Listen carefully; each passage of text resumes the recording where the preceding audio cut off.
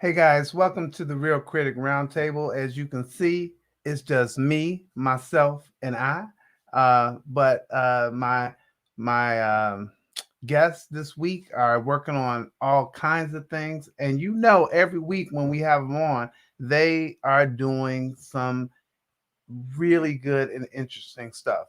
So I always want to encourage you guys to check them out. Since it's just me, myself, and I'm going to take a shorter time today and just try to get in a few things that I want to talk about.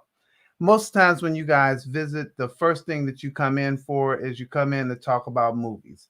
And because of that, the big movie that's out this week is the movie Moonfall. I wrote my review, so thought I'd pull it up so I can talk about that a little bit. And so you're probably trying to figure out what's this particular movie about. Well, it is the typical, world is crashing in, about to end, and meteors about to hit the world. But in this case, it's just a little bit different. And the difference is that the reason they call it moonfall is that the moon has lost its orbit and is actually crashing down on Earth. There's a period of 3 weeks or less before the moon crashes on Earth and annihilates all life as we know it. So, a lot of times when you have these apocalyptic movies, what happens is that maybe you might have some people left, living. But this is supposed to be so catastrophic that it destroys the world and destroys life as we know it. There's a crackpot scientist, and played by John Bradley, and he has these weird theories about science and the world and how the moon was created, and he's been putting it out for ages. And then there are these two astronauts played by Patrick Wilson and Halle Berry, who at one point in time they're at the moon. They see something that's just really weird, and whatever it is that's weird actually causes them to lose one of their crewmates. And but Patrick Wilson is on back on Earth telling NASA, hey, this is what's happening, and they don't believe him. So nobody believes the crackpot scientist, and nobody believes Patrick Wilson's character, and it is what it is. 10 years later, all of a sudden, all that they're saying seems to be coming true, and the moon is about to fall on Earth. So we know who's in it. We got Halle Berry, Patrick Wilson, John Bradley, Michael Pena, Charlie Plummer, Kelly Yu, and M.A. Uh, Ikakor. I'm saying his name wrong, and I hate it when I do that. But anyway, um, so of course in these movies, what happens is that the supposed superheroes have to have someone on Earth that they love or that they're having a feud with or having a problem with or whatever, so that when they come back and get through the turmoil, there's this love, this bond, this thing that compels them to try to save the world for the people that they love. So um, the crackpot scientist has his mother who's in a nursing home. Patrick Wilson has his son who he's trying to get to his wife and her new husband, who they don't see eye to eye and have some issues as well. The son doesn't, as well as Patrick Wilson. And then Halle Berry has her son. She's divorced, but she's trying to send her son to a bunker where her husband, who's a top general in the military, is, and could save her son. So we have all that happening at one time. What's to like about this? Well, the characters are somewhat interesting. The situations are somewhat interesting, even though they're not new. The newest thing in here that makes this kind of like, let me see what's happening, is the theory on how the Earth and, how the Earth and Moon were created. So that's cool as well. So you have this scientific theory, you have these people that are kind of interesting. You got some action, you got a race against time, and you have this really cool moon structure that we learn stuff about at the time. So it provides some drama, some intrigue, and um, you know, some fun to the movie. What's not to like is, unfortunately, a lot of the things in this you just can't believe. So you have to go into this movie in the beginning saying to yourself, I am going to throw all caution to the wind, even if the things that I see don't make sense. One of the things that didn't make sense to me is that you have all the people who are left down on Earth who are related to the heroes.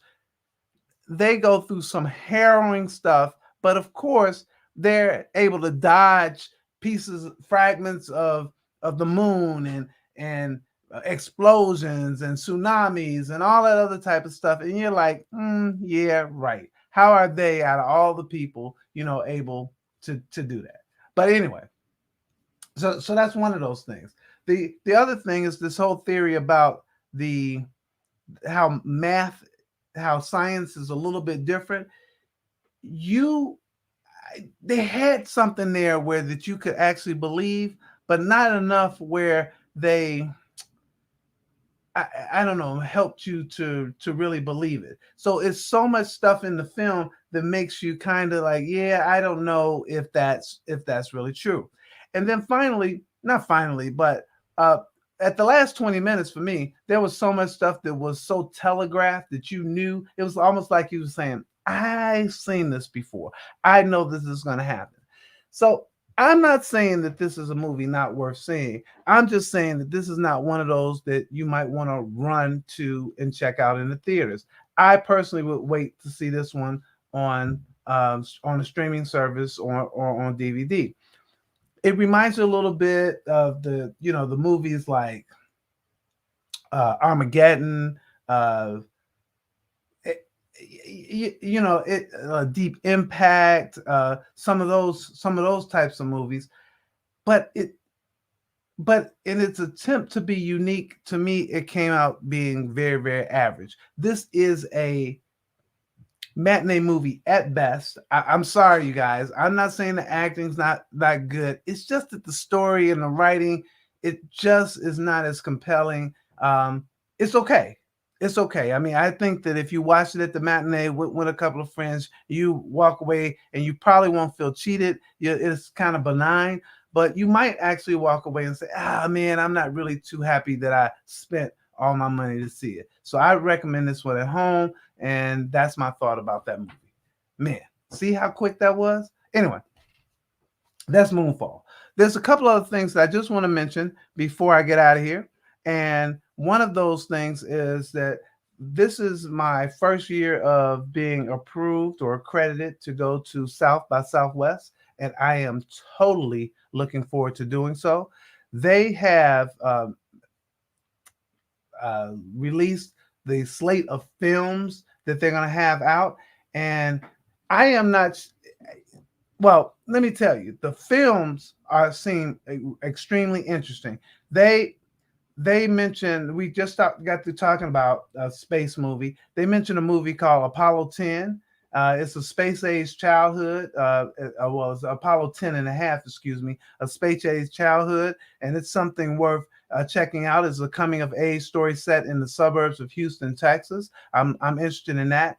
They're going to, Atlanta is coming back. So it's season 3, and we'll get to see some of that. So that's going to be very interesting. There's a movie called Bodies, Bodies, Bodies, which looks extremely interesting. So I'm just want to say that I am really looking forward to South by Southwest. I think that's from the 11th through the 19th. I think though the 11th through the 20th is the exact date. So it's in Austin, Texas. And if you guys are down there, text me, hit me up, do social media. Let's do a little bit of that, and maybe we can hook up down there in Austin, Texas. The other thing I want to mention is that I'm a proud member of the African American Film Critics Association. And this is Black History Month. And as a proud member, I just want to remind you that we have our awards. We actually won't do our awards until March the 2nd, but the award announcements have been out. And I just want to tell you for the year 2021, what that's my wife calling me, but I can't answer that right now. So I'll just finish up here real quick. Um, and in fact, I will say that I'll call her later. But for Best Picture, we have The Harder They Fall. I hope you guys have seen that movie and support that movie. For Best Director, we have James Samuels from The Harder They Fall. From Best Screenplay, we have Don't Look Up.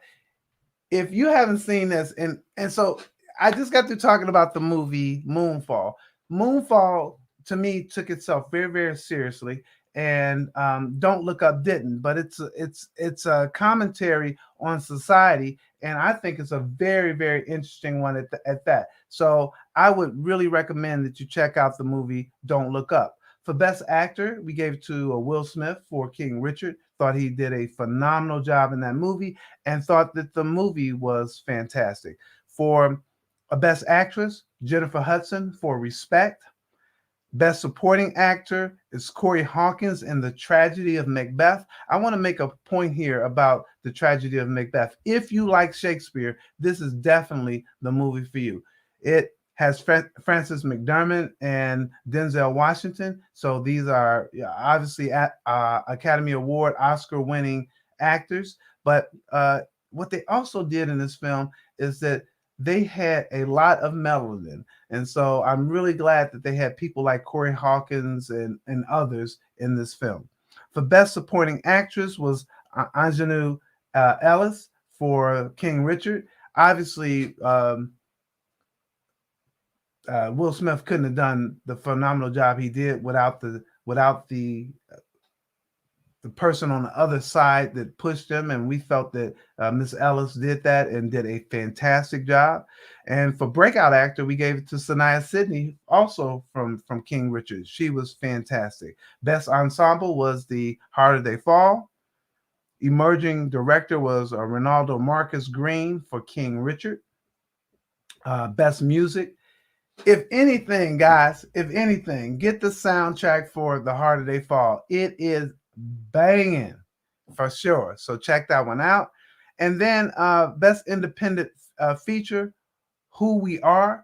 Man, I know a lot of you guys do not like to watch documentaries, but man, this is one of those movies that you should absolutely check out because it will get you thinking in so many different ways about who America really is and how the laws really supported the subjugation of Black people in America. Um, I know sometimes you're like, oh man, I don't want to learn nothing. Look, it's Black History Month. Learn something this month. So this is one to check out. And then the last one that I'll mention is the best documentary, which is Summer of Soul. This is during the same time of Woodstock, but in Harlem, they had this concert series that had just about everyone. It's a who's who of people in for Black music and beyond, in fact. And it was this is made by this movie. The information sat the in somebody's basement. The tapes of this sat in somebody's basement for over 50 years, and this was made by Questlove. Real important movie. So I just wanted to mention those. And then the last thing is I'm also a proud member of the Critics' Choice Awards. The Critics' Choice Awards will be televised on March the 13th on the CW and on TBS. We have two great people who will, man, I don't know why I'm stumbling today. Maybe because I don't have my people. But I just want to say that please support our these organizations. I know everybody's waiting for the Oscars and seeing what happens with the Oscars, but Critics' Choice, as well as the African American Film Critics Awards, Critics' Choice again will be on March the 13th, and the AFCA Awards will we'll actually have them live, but will be on March the 2nd. But these are the films in which we did that we nominated, not nominated, that we awarded. I do see that my friend Bonnie has made a comment here, so I should actually look at the comments, but let's see. Hey, Bonnie, and and, and so that's really it. I do want to do a segment that I call the black hole. And that segment is things that make you go, as a person of color, particularly as a black person. Things that make us look at a movie and we's like, why did they do that? Why did they go there? Why didn't they do that? Sometimes it's things that make us happy. Sometimes it's things that make us mad. Sometimes it's things that make us sad. But it's always something that makes you go, hmm. In this one, I talked to you guys about the movie Moonfall. And in Moonfall, Halle Berry is actually married to a black man. Now, stop, hold the presses. I'm not saying that I have anything against interracial relationships. I do not. But Hollywood seems so enamored with interracial relationships that they seem that they have forgotten that black people do like other people, or maybe that they want to tell us that black people don't like other people. And so it's refreshing when we can actually see black folks loving other black folks as well as when they love other people. So in this one, when you go down the black hole, in this one, I was really happy to see that somebody said, well, we'll pair Halle Berry with a black man. And I personally appreciate it. It was something that made me go, because we have been seeing so much the opposite in Hollywood as well as on commercials and the like. I'm actually going to do a segment on commercials to talk about a, a lot of the commercials that I'm seeing during Black History Month. I would think during Black History Month that we would do a better job of the portrayal of African Americans during this period, as opposed to just saying we salute Black History Month. We're with you during Black History Month. It is really a lot of smoke and mirrors, in my opinion, and a lot of talk. Hey, I'm Reggie Ponder. I'm the Real Critic. This is the Real Critic Roundtable. I really appreciate you guys checking it out. And I hope that you guys have a fantastic weekend. We have a lot of snow here in Chicago, but we're going to try to make the best of it. I'll see you guys next time. If I could find the button that says goodbye. I'll see you guys next time. Bye-bye.